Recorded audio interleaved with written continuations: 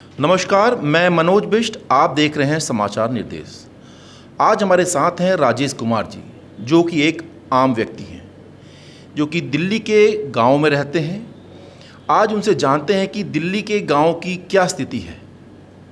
राजेश जी, आपका बहुत बहुत स्वागत है हमारे स्टूडियो में। नमस्कार जी, धन्यवाद। राजेश जी, आप दिल्ली के गांव में रहते हैं। जी हम शहरों का हमें हाल पता है। हम जानना चाहते हैं कि गांव के क्या हाल हैं, सरकार की जो स्कीमें आती हैं उनका लाभ किस तरीके से लोगों को मिल पाता है। श्रीमान जी, गांव के हालात और स्कीम्स। गांव के हालात आज जो सामान्य होने चाहिए वो है नहीं। कारण नशा। बच्चों को नशे की आदत पड़ चुकी है और हम प्रशासन से ही कह सकते हैं कि भाई इस पे ध्यान दिया जाए, लेकिन प्रशासन इस पे कोई काम नहीं करता। बात स्कीम्स की है जो सेंट्रल गवर्नमेंट की है, दिल्ली गवर्नमेंट स्कीम में है। ग्रामीण क्षेत्र में 95% नहीं पता स्कीमों को किसी को।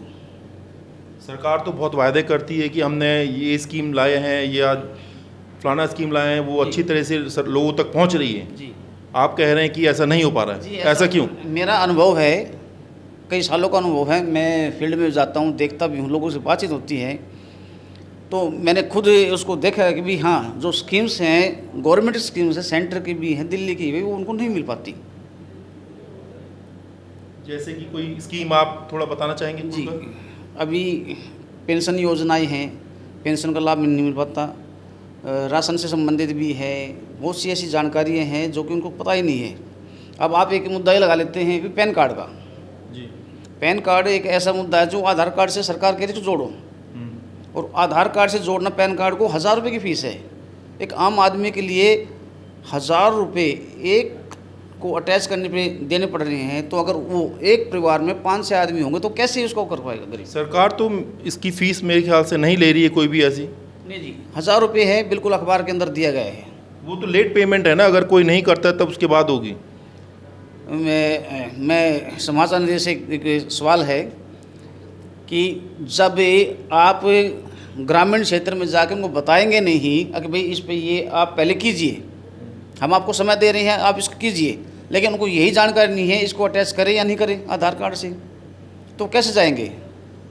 सरकार अखबार के अंदर दे देती है, ये हमें देखा, ठीक है, पढ़ता हूँ तो देखा उसको, लेकिन आम आदमी के लिए तो नहीं है ना। कहने का मतलब है कि वहाँ पे कुछ कैंप लगाए या आम लोगों की सुविधा हो कि वो आराम से जाके करवा लें इसको। जैसे इलेक्शन के वक्त इलेक्शन डिपार्टमेंट हर जगह पे जाकर पोस्टर प्रचार करते हैं, नुक्कड़ नाटक भी करते हैं जी।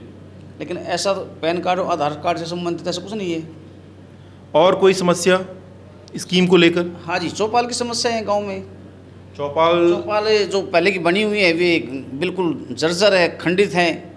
उसके लिए अप्लाई करते हैं, पता चलता है कि वो पहले बन चुकी हैं और कागजों में बनी हुई हैं। चौपाल जो है कागजों में बन गई हैं। बन चुकी है, लेकिन वहाँ पे है नहीं। वहाँ पे वो है नहीं। हाँ, केवल खाली जमीन है, खंडर है बिल्कुल। और कोई और समस्या? जैसे लाइब्रेरी की समस्या है, ग्रामीण लाइब्रेरी नहीं है वहाँ पे। पुस्तकालय होना चाहिए, आम जो बच्चा है कम से कम वहाँ जाए, शिक्षित हो, बुजुर्ग है वो भी बैठे वहाँ पे, कुछ ज्ञान हो वहाँ पे। इस तरह से लाइब्रेरी की सुविधा गांव में बिल्कुल भी नहीं है। पहले आपके गांव में हुआ करती थी किसी ज़माने में? हाँ जी, पहले होती थी जी। पहले लाइब्रेरी थी। और उसकी स्थिति क्या है? अब है ही नहीं बिल्कुल ही, मतलब वो जगह खाली है पूरी? खत्म बिल्कुल। बाबा साहेब जैसे डॉक्टर भीमराव अम्बेडकर बाबा साहेब ने कहा था कि भी शिक्षित बनो, शिक्षित होंगे तो विकास होगा। अब विकास कैसे होगा जब वहाँ पे पढ़ने के लिए कुछ है नहीं, जानकारी कुछ होगी नहीं, आम आदमी फिर कैसे उसको शिक्षित होगा? बच्चों की शिक्षा के लिए गांव में स्कूलों की स्थिति क्या है इस वक्त? सामान्य है। मतलब अच्छी नहीं पर सामान्य है। सामान्य है। और इंफ्रास्ट्रक्चर स्कूलों का कैसा है? टीचर कैसे हैं, या वहाँ पे जो मूलभूत सुविधाएं हैं, टेबल डेस्क? वो सभी ठीक है। टीचर कुछ परसेंट कम है अभी, उनको इस स्कूल से उस स्कूल से ऐसे कन्वर्ट किया गया है, लेकिन अभी टीचर की कमियां हैं। टीचर की कमियां हैं, प्रॉपर हर क्लास के लिए बस की भी सुविधाएं नहीं है, बस भी नहीं है लगी हुई है। बच्चे 4-4 किलोमीटर 5-5 किलोमीटर का सफ़र करते हैं पैदल। गांव से काफ़ी दूर है स्कूल और बच्चों को प्राइवेट बसों में या अपने कन्वेंस के थ्रू स्कूल जाना पड़ रहा है। सरकार की तरफ से कुछ ऐसी सुविधा नहीं है। और डीटीसी वगैरह जो बसें हैं वो वहाँ पे पूरी सुविधा है, उसकी रूट की बसें आती हैं टाइम पर और नहीं आती हैं, क्या है? हाँ, रूट की बसें लगी हुई हैं, रूट की बसें हैं, बसें समय पर आती हैं, रूट की बसें ठीक है। लेकिन पानी का अभाव है जी वहाँ पे। दिल्ली जल बोर्ड का पानी स्कूल के अंदर नहीं है। पानी पीने के लिए बच्चों को स्कूल में सुविधा नहीं है। स्कूल में बच्चे घर से पानी लेके आते होंगे। पानी लेके आते हैं, वहाँ पे खारा पानी लगा हुआ है, खारे पानी को वो मीठा करते हैं। लेकिन वहाँ पे दिल्ली जल बोर्ड के द्वारा एक प्रॉपर पाइपलाइन नहीं गई है वहाँ पे स्कूल के अंदर। आपने स्कूलों की समस्या बताई। अच्छा, स्कूल गांव तक पहुंचने के लिए जो रोडें हैं और गांव के अंदर जो गलियां हैं उनकी स्थिति कैसी है? अभी बरसात का समय चल रहा है, जल भराव की भी समस्या हो रही होगी। हमारे यहाँ दिल्ली में कई इलाकों में वो कि हम शहर में हैं और आप तो विलेज में रहते हैं, शहरों में भी कई गलियों में ऐसी स्थिति है कि जल भराव से लोग बड़े परेशान हैं, सीवर लाइन नहीं लगी हैं। तो आप गांव की स्थिति बताइए कि वहाँ पे क्या चल रहा है? श्रीमान जी, गांव की स्थिति बहुत ही बेहतर नहीं है, बदतर है, बिल्कुल बिल्कुल खराब जिसको कहते हैं। टूटी हुई है, पानी भरता है, बच्चे रोड उस पर चलते हैं तो नाले के अंदर गिर जाते हैं, नाले खुले रहते हैं, चोट लग जाती है। मैं अभी हाल ही में 10 दिन पहले की बात है, मैं ऐसे साइड से गया था बचने के लिए, वो नाला खुला होता, उसमें मेरा पैर लगा, उसके अंदर दुर्घटना भी हो सकती है वहाँ पे। लेकिन प्रशासन का कोई ध्यान नहीं है जी।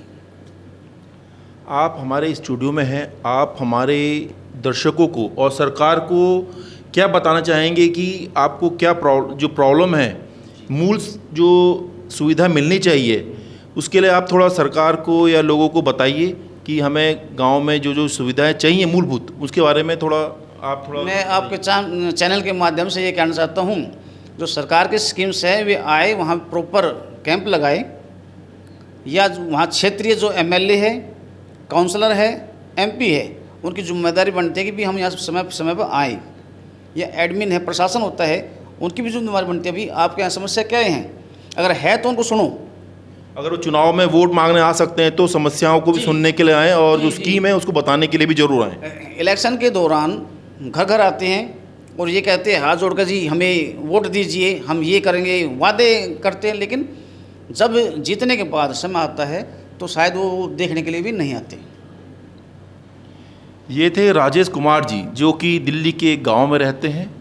आज उन्होंने हमारे को बताया कि किस तरीके से गांव में समस्याएं हैं, स्कीमें जो आती हैं गवर्नमेंट से वो पूरी नहीं आ पाती हैं, मूलभूत सुविधाएं यहाँ तक कि पानी की, रोडों की, गलियों की, सीवर की, स्कूल की, चौपाल की, ये सुविधा उनको नहीं मिल पा रही हैं जिस तरीके से उनको मिलनी चाहिए।